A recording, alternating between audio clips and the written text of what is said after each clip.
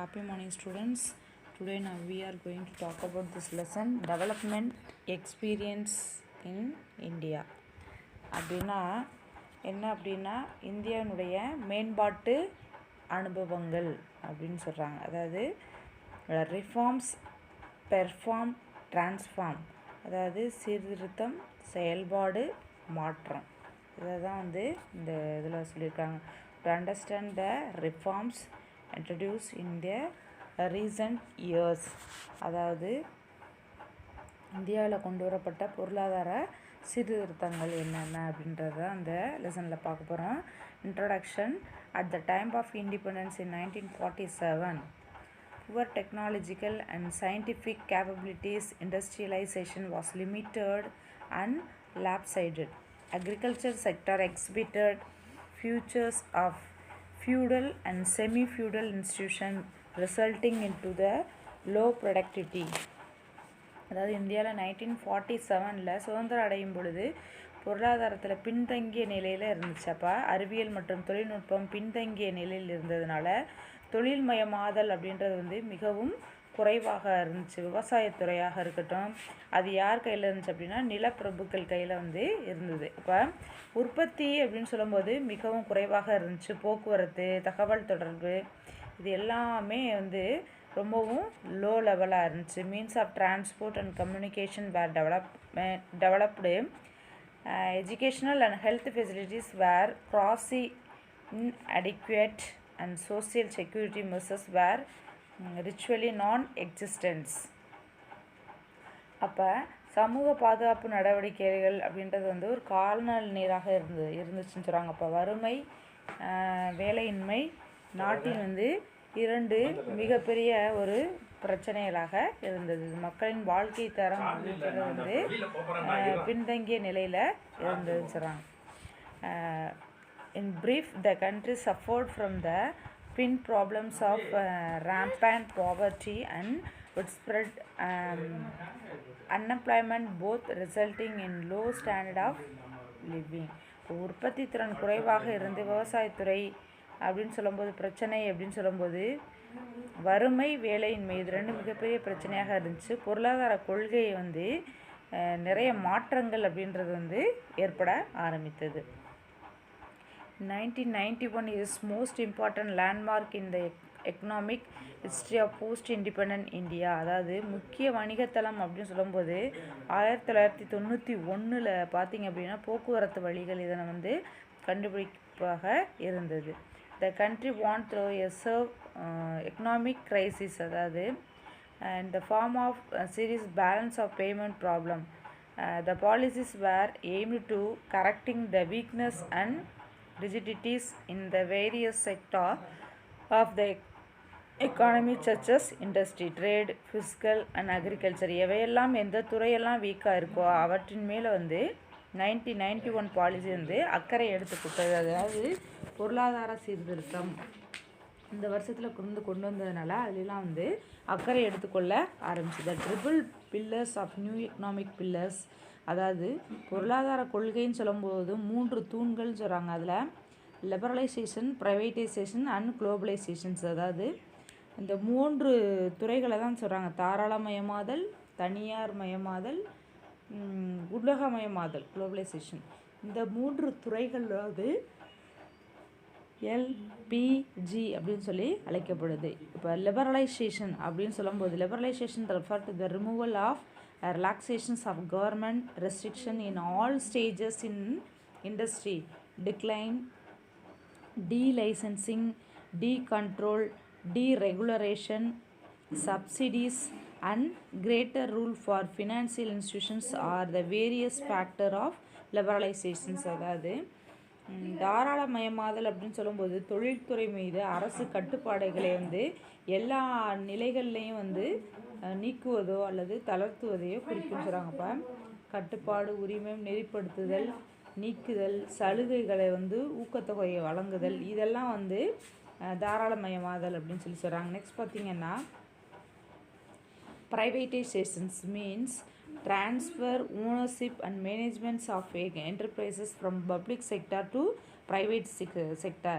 denationalization, de-investment and opening exclusive public sector enterprises to private sector are the gateway to privatizations. அதாவது பொதுத்துறை வந்து தனது பணியினை வந்து கான்ட்ராக்ட் மூலம் வந்து தனியாருக்கு கொடுப்பது. அப்போ உள்நாட்டு பொருளாதாரத்தை வந்து மற்ற நாடுகளுக்கு பொருளாதார இணைப்பை ஏற்படுத்துவது ஆகும்னு சொல்கிறாங்க. இதை தான் என்ன சொல்கிறாங்க, ப்ரைவேட்டைசேஷன் அப்படின்னு சொல்கிறாங்க. பொதுத்துறை பணியினை தனியார் துறைக்கு என்ன செய்கிறது, கான்ட்ராக்டுக்கு விடுவது தான் வந்து தட் இஸ் கால் ப்ரைவேட்டைசேஷன் அப்படின்னு சொல்கிறாங்க.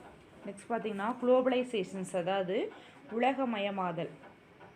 அப்போ உலகமயமாதல்னு சொல்லும்போது globalisations refer to the integrations of domestic Indian economy with the rest of the world, import liberalization through a reduction of tariff and non-tariff barriers, opening the doors of foreign direct investment FDI and foreign portfolio investment FBI are some of the measures towards the globalization. அதாவது globalisation சொல்லும்போது உள்நாட்டிலேயே வியாபாரம் செய்யாமல் அயல் நாடுகளுக்கு ஏற்றுமதி செய்து குறைவான பொருட்களை வந்து இறக்குமதி செய்வது. இதை தான் என்ன சொல்கிறாங்கன்னா குளோபலைசேஷன் சொல்கிறாங்க. அதாவது நேரடி இறக்குமதி அப்படின்றது வந்து அந்நிய நாடுகளில் என்னது தன்னுடைய பிஸ்னஸ் முதலீடு அப்படின்றத வந்து செய்வது. நெக்ஸ்ட் பார்த்திங்கன்னா arguments in favour of LPG. அப்போ எல்பிஜிக்கு ஆதரவான கருத்துக்கள் அப்படின்னு சொல்லி பார்த்தோம் அப்படின்னா liberalisations was necessitated because various licensing policies were said to be deterring the growth of the economy. The privatization was necessitated because of the belief that the private sector was not given enough opportunities to earn more money. Globalization was necessitated because today a developed country can grow without the help of the underdeveloped countries அப்படின்னு சொல்கிறாங்க. அப்போ இந்தியாவுடைய பொருளாதார நடவடிக்கைகளை வந்து எளிதாக துவங்க இயலாத அளவுக்கு கட்டுப்பாடுகள் அப்படின்றது வந்து இருந்துச்சு. அதை அரசு உரிமைகளாக தளர்த்துவது அப்படின்றது வந்து அவசியமாக இருந்தது. செகண்ட் பார்த்திங்கன்னா பொருளாதார வளர்ச்சியில் தனியார் துறைக்கு போதுமான வாய்ப்புகள் அப்படின்றது வந்து வழங்கப்படலை. அப்போ அதை கருதப்பட்டதுனால வந்து தனியார் மயம் அப்படின்றது வந்து அவசியமானதுன்னு சொல்கிறாங்க. நெக்ஸ்ட் பார்த்தீங்கன்னா globalisation was necessitated because today the development country can grow without the help of the under developed கண்ட்ரிஸ்ன்னு சொல்கிறாங்க. அப்போ அதையுமே பார்த்தீங்கன்னா வளர்ச்சி குன்றிய நாடுகளில் உதவியின்றி வளர்ந்த நாடுகள் மேலும் வளர முடியாமல் போச்சு. இதற்கு உலகமயமாதல் அப்படின்றது வந்து அவசியம். வளரக்கூடிய நாடுகள் வந்து மனித வளங்கள் முழுவதையும் வந்து வளர்ந்த நாடுகள் வந்து சுரண்டி கொண்டிருக்கு. அப்போ வளர்ந்து நாடுகளும் தங்களது உற்பத்தி பண்டங்களை வந்து சந்தைகளாக, அதாவது சந்தைப்படுத்தக்கூடிய அங்காடியாக பொருளாதார நாடுகளை பயன்படுத்தி அதன் மூலமாக வளர்ச்சி அடையுதுன்னு சொல்கிறாங்க. தங்களுடைய முதலீடு அப்படின்னு சொல்லும்போது பின்தங்கிய நாடுகளில் அதிகமாக செய்து பழைய அந்த வளங்கொழிந்த தொழில்நுட்பங்களை வளர்ச்சி குன்றிய நாடுகளுக்கு இருப்பதன் மூலமாக வளர்ந்த நாடுகள் அப்படின்றது வந்து முன்னேறுது. முடிவாக வந்து என்ன சொல்கிறாங்கன்னா பணக்கார நாடுகள் வந்து வளரும் நாடுகளினுடைய பொருளாதாரத்தில் மேலும் வந்து வளர்ச்சி அடையுது அப்படின்னு சொல்கிறாங்க. அப்போ வளர்ந்த நாடுகள் வளராத பேக்வேர்டு நாடுகள் வந்து தன்னுடைய உபரியை வந்து முதலீடு செய்யுது அப்படின்னு சொல்கிறாங்க. அப்போ அடுத்து பார்த்திங்க அப்படின்னா ஆர்குமெண்ட்ஸ் ஆஃப் எல்பிஜி, அதாவது இன் ஃபேவர் ஆஃப், இது வரைக்கும் நம்ம என்ன பார்த்தோம் அப்படின்னா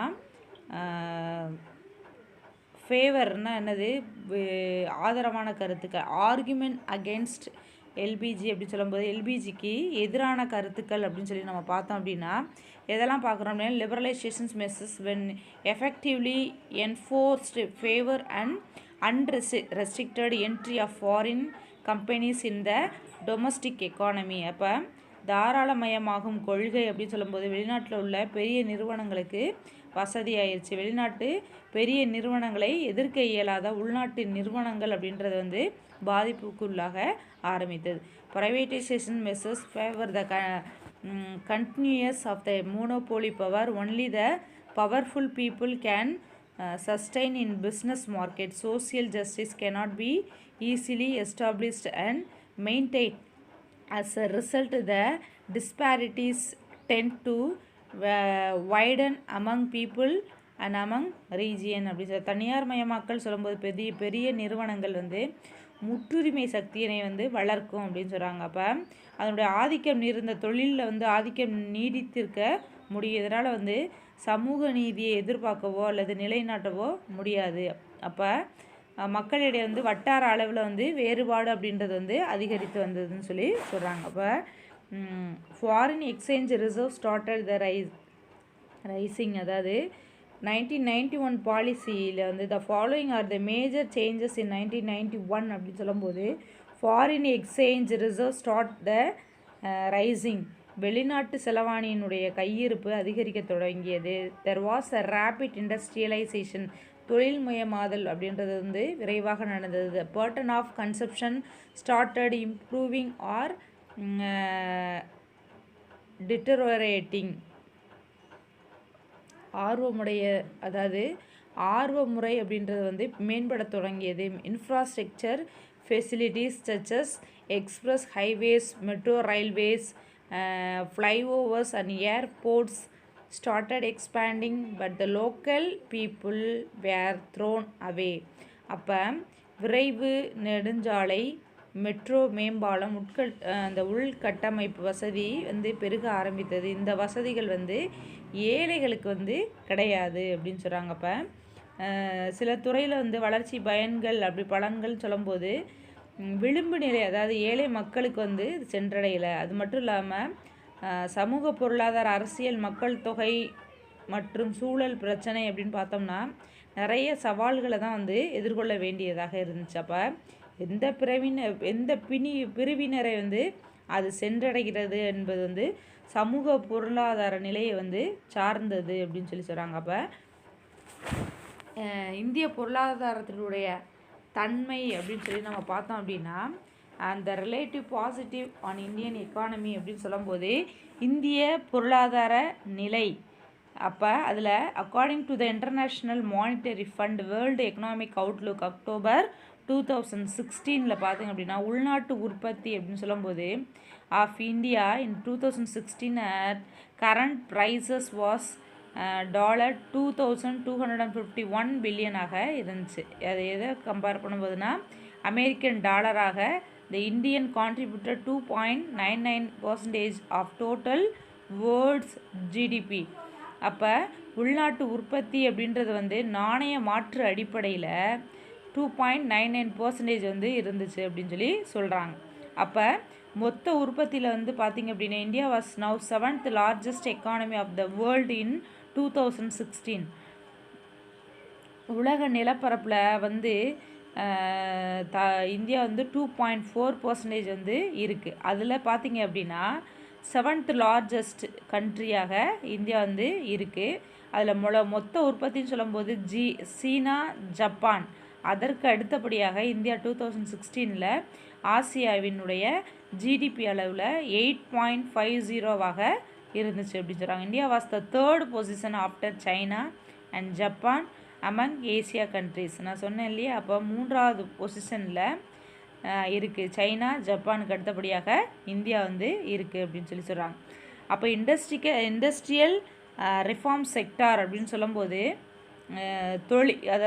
தொழில் சீர்திருத்தங்கள் அப்படின்னு சொல்லும்போது இருக்கக்கூடிய பல தொழில்கள் வந்து அதிகரிக்கக்கூடிய பட்டியலில் வந்து 1991 new policy radically liberalized the industrial policy itself and deregulated the industrial sector substantially. அதாவது அதிகாரத்தின் பிடியில் இருக்கக்கூடிய தொழிலை முன்னேற்றுவது, வெளிநாட்டு முதலீடு கட்டுப்பாட்டை தளர்த்துவது ஆகும் சொல்கிறாங்க. இதுவரை இருக்கட்டும், நெக்ஸ்ட் கிளாஸில் பார்க்கலாம்.